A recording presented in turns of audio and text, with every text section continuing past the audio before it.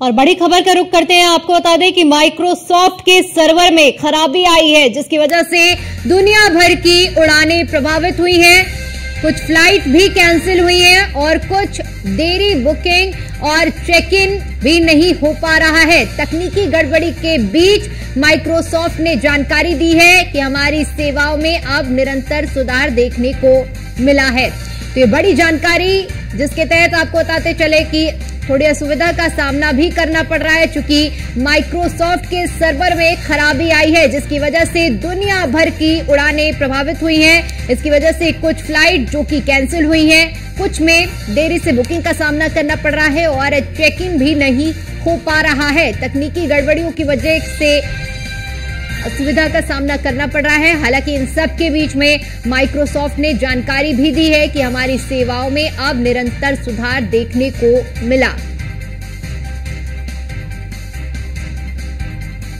तो बड़ी जानकारी सामने आ रही है, जिसके तहत माइक्रोसॉफ्ट के सर्वर में खराबी आई है और इसकी वजह से दुनिया भर की जो उड़ानें हैं वो प्रभावित हुई हैं। कुछ फ्लाइट जो कि कैंसिल हुई हैं और कुछ देरी से चल रही हैं। चेक इन में असुविधा आ रही है और ऐसे में इस असुविधा को लेकर माइक्रोसॉफ्ट की ओर से भी बयान सामने आया है और साथ ही साथ इसका असर न सिर्फ भारत में बल्कि दुनिया भर में देखने को मिल रहा है। माइक्रोसॉफ्ट जो कि आईटी में जिसका बेहद इस्तेमाल होता है, ऐसे में आईटी के क्षेत्र में भी असुविधा का सामना करना पड़ रहा है। तो माइक्रोसॉफ्ट का सर्वर ठप हुआ है और माइक्रोसॉफ्ट के सर्वर ठप होने की वजह से परेशानी आ रही है और ऐसे में विमानों की उड़ान भी कई जगह फ्लाइट कैंसिल हुई हैं और कुछ जगह देरी से उड़ान भरती हुई विमानें चल रही हैं। चेक इन में भी दिक्कत आ रही है।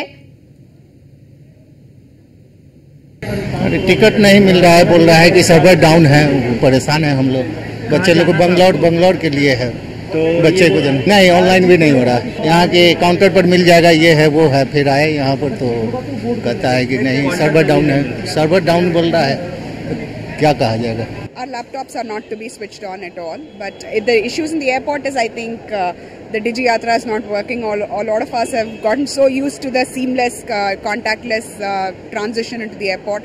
I see long queues now. I think it's going to take me at least 45 minutes, 1 hour to get into the airport. I don't know how long the security is going to take. And right now I'm not even sure of the impact on the timings of the flight as well.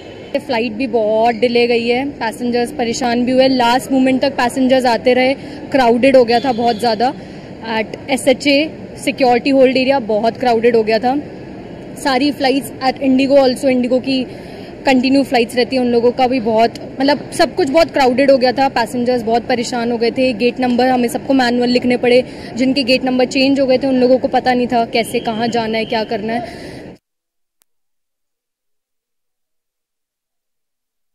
Soft के server में तकनीकी खराबी आई है।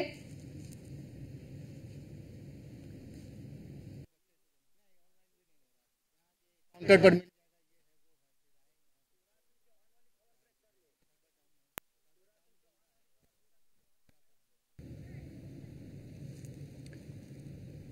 तो Microsoft के server में तकनीकी खराबी आने की वजह से लोगों को काफी असुविधा का सामना करना पड़ रहा है। मुख्य तौर पर इसका असर हवाई यात्रा पर देखने को मिल रहा है। इसके कारण भारत की आकाशा, इंडिगो, एयर इंडिया, विस्तारा और स्पाइस जेट जैसी प्रमुख एयरलाइनों के परिचालन चुनौतियों का सामना करना पड़ रहा है। इन सभी को चूंकि सारा काम मैनुअल हो रहा है और ऐसे में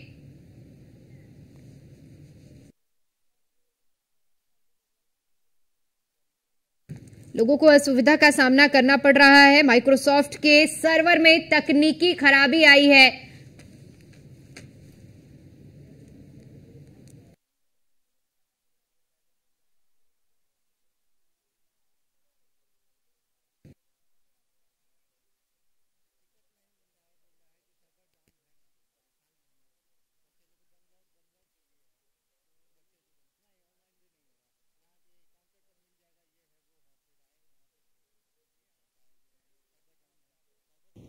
और चलिए इसी पर ज्यादा जानकारी के साथ हमारे साथ साइबर एक्सपर्ट जुड़ चुके हैं आयुष गुहा जी। आयुष जी, बहुत बहुत स्वागत है आपका न्यूज़1 इंडिया पर। जिस तरह से माइक्रोसॉफ्ट के सर्वर में तकनीकी खराबी की खबर सामने आ रही है, ऐसे में खासी असुविधा का, क्योंकि माइक्रोसॉफ्ट एक ऐसा सर्वर है जिस पर पूरे विश्व की तकनीक निर्भर रहती है।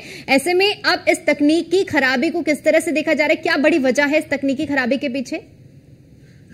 बेसिकली इस पे दो चीजों पे हम लोग बात कर सकते हैं कि जो हम अभी तो कंप्लीट डिटेल नहीं आई है, फिर भी हम इस पे बात कर सकते हैं कि एक बड़ा रीजन ये हो सकता है कि एक साइबर अटैक हुआ होगा जिसे हम रैंसमवेयर अटैक कह सकते हैं। और सेकंड चीज है that is DDoS attack, distributed denial of service attack बोलते हैं हम साइबर सिक्योरिटी की लैंग्वेज में। अगर आम भाषा में आपको बताना चाहूँ तो ये एक ऐसा अटैक होता है जिसमें हैकर्स क्या करते हैं, किसी भी एक सर्वर पे बहुत सारे रिक्वेस्ट शेयर करते हैं जिसकी वजह से सर्वर्स रिस्पॉन्स करना बंद कर सकते हैं। तो इस तरह के जो अटैक थे इससे पहले भी बहुत सारे सर्वर्स पे हो चुके हैं, व्हाट्सएप से, फेसबुक, इंस्टाग्राम से लेके अलग अलग जगहों पे हो चुके हैं। बट क्योंकि अब ये एयरलाइन पे हुआ है तो ये एक बहुत बड़े खतरे को बताता है कि इफ इन केस अगर जो भी फ्लाइट्स के साथ में कम्युनिकेशन चैनल पे अगर ये चीज होता है तो एक बहुत बड़ा खतरा हो सकता है। और इस अटैक के कारण एक मास लेवल पे बोलना चाहिए, इंडिया नहीं, इंडिया के बाहर पे भी एक ग्लोबल आईटी आउटरीच की अगर हम लोग बात करते हैं तो ये एक बहुत बड़े पैमाने पर अटैक हुआ है। और निश्चित रूप से हम ये मान के चल सकते हैं कि इसके पीछे किसी न किसी साइबर अटैक का या साइबर क्रिमिनल्स का एक बोलना चाहिए सोचे समझे साजिश हो सकती है जिसके तहत ये चीजें की गई हैं। बिल्कुल एक सोची समझी साजिश के तौर पर भी देखा जा सकता है, क्योंकि हालांकि अभी माइक्रोसॉफ्ट की ओर से भी इसको ठीक करने की जल्द से जल्द बात भी हो रही है। हमारे साथ हमारे एसोसिएट एडिटर ब्रिजेश श्रीवास्तव जी भी जुड़ चुके हैं। ब्रिजेश जी, जिस तरह से बताया जा रहा है कि तकनीकी खराबी है, इसे साइबर अटैक के तौर पर भी देखा जा रहा है। अब चूंकि माइक्रोसॉफ्ट एक ऐसा सर्वर है जिस पर पूरी IT क्षेत्र इस पर निर्भर है, अगर भारत में अगर हम बात करते हैं तो पूरी तकनीक इस पर निर्भर है। एयरपोर्ट में जिस तरह से लोगों को असुविधा का सामना करना पड़ रहा है, अभी हम लोगों ने लोगों की प्रतिक्रिया भी सुनी है।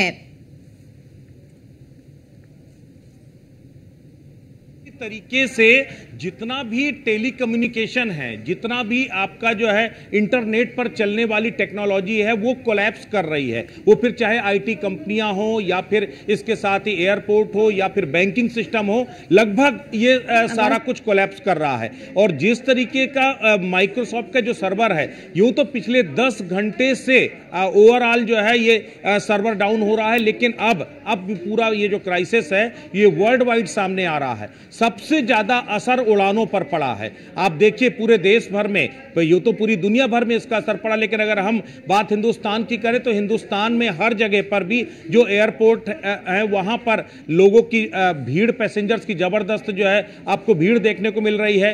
फ्लाइट कितनी डिले है, फ्लाइट कब टेक ऑफ करेगी, किसी को कोई जानकारी नहीं मिल पा रही है। तो जाहिर सी बात है जो माइक्रोसॉफ्ट का सर्वर जिस तरीके से कोलैप्स हुआ, अब उसके पीछे तकनीकी खामी है या फिर कोई हैकर्स की शरारत है, ये तो अब माइक्रोसॉफ्ट ही बेहतर बता सकता है। लेकिन एक बात तो बिल्कुल तय है कि जिस तरीके से पूरा माइक्रोसॉफ्ट पर सब कुछ चल रहा है, अगर देखा जाए तो जितनी टेलीकम्युनिकेशन कंपनियां हैं, मीडिया कंपनियां हैं, बैंकिंग सेक्टर है, IT सेक्टर है, एयरपोर्ट अथॉरिटी, सब कुछ आपका माइक्रोसॉफ्ट के थ्रू रन कर रहा है। और जो बताया जा रहा है अभी तक, चूंकि आयुष गुहा साहब खुद हमारे साथ मौजूद है, बेहतर बता सकते हैं कि क्राउड स्ट्राइक नाम का एक जो है जो सॉफ्टवेयर है उसको अपडेट करने के बाद इस तरह का क्राइसिस आया। तो आयुष जी, इस पे क्या कहेंगे? क्या क्राउड स्ट्राइक जो जिसको कहा जा रहा था कि ये सॉफ्टवेयर अपडेट किया गया जिसके बाद पूरा क्राइसिस जनरेट हुआ, तो क्या इसमें आप हैकिंग की आशंका देखते हैं या फिर ये महज एक तकनीकी खामी है?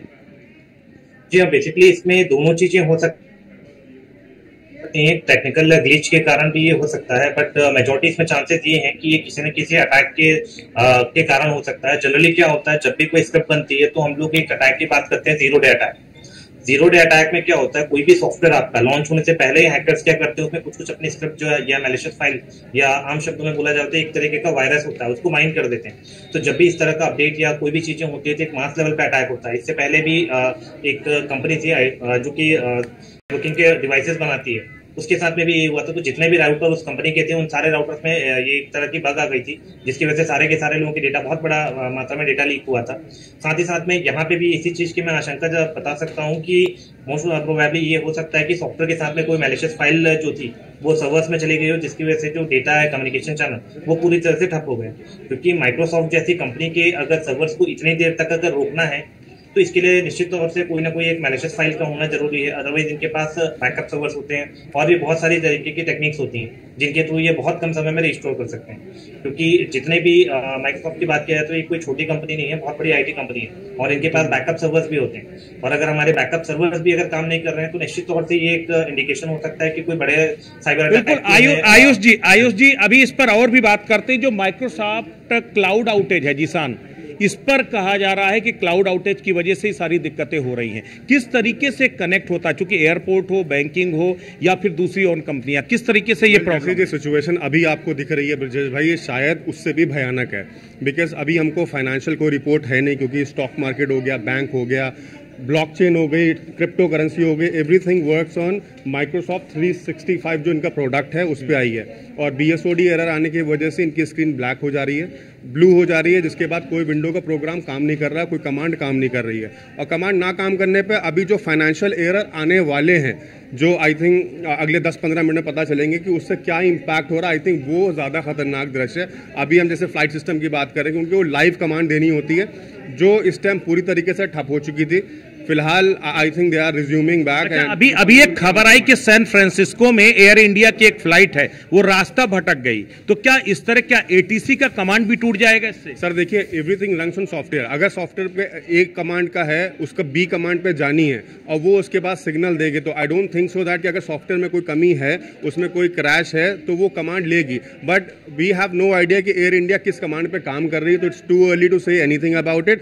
बट जहाँ पे बैंकिंग सिस्टम है, क्रिप्टो करेंसी है, फाइनेंशियल है, बैंक है एंड एयरक्राफ्ट सिस्टम है, आई थिंक वो जरूर इम्पैक्ट होंगे 365 डिग्री से, जो हमारा अभी पे काम नहीं कर रहा। और जो पहले भी एरर आते रहे वो अब तक बग्स और इनके जो इंटरनल इशू हैं, but this time they are saying कि एक्सटर्नल इश्यूज हैं। एक्सटर्नल इश्यूज का मतलब ये है कि इसमें हैकिंग अटेम्प्ट और कॉम्प्रोमाइजिंग अटेम्प्ट होने के चांसेस, प्रोबेबिलिटी इनकी ज़्यादा है।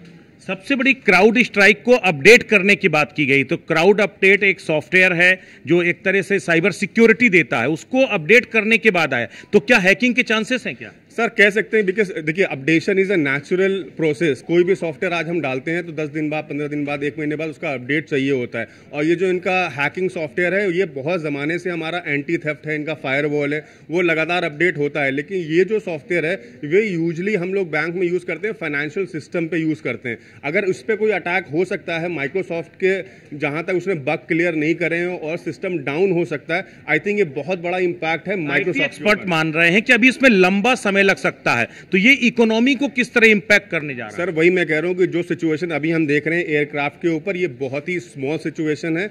आई थिंक अगर फाइनेंशियल सिचुएशन में ये इंटर करता है तो वी हैव नो आइडिया। अगर हमारी ब्लॉकचेन डिस्टर्ब होती है, फाइनेंशियल सिस्टम डिस्टर्ब होता है, स्टॉक मार्केट डिस्टर्ब होती है, तो आपको भी मालूम है कि 1-2 मिनट में इस सेक्टर में क्या हो सकता है। भाई फ्लाइट का अगर आपको 1-2 मिनट, 10 मिनट, हमको वी आर यूज टू, और फिर 10 मिनट अपडेट नहीं मिलती है। लेकिन अगर फाइनेंशियल सेक्टर में कोई कोई फाइनेंशियल सिस्टम का चल रहा है जिसपे स्टॉक मार्केट है, ब्लॉकचेन है, अगर 10-15 मिनट अपडेट नहीं मिलती है तो लोगों के बहुत सारे मनी स्टेक पे हैं। एंड आई थिंक एक बड़ा सवाल जीसान, इस वक्त हम सबको क्या करना चाहिए, क्योंकि हम सब लोग कहीं ना कहीं इंटरनेट कनेक्टिविटी के साथ जुड़े रहते हैं, इस वक्त क्या प्रिकॉशंस लेना चाहिए अगर हम न्यूज़ वन इंडिया अपने दर्शकों को इसके लिए सावधान करना चाहे तो? देखिए, टू बी वेरी ऑनेस्ट, अगर हम किसी सॉफ्टवेयर पर डिपेंड है, वो डाउन है, तो हम चाह के भी कुछ कर नहीं सकते।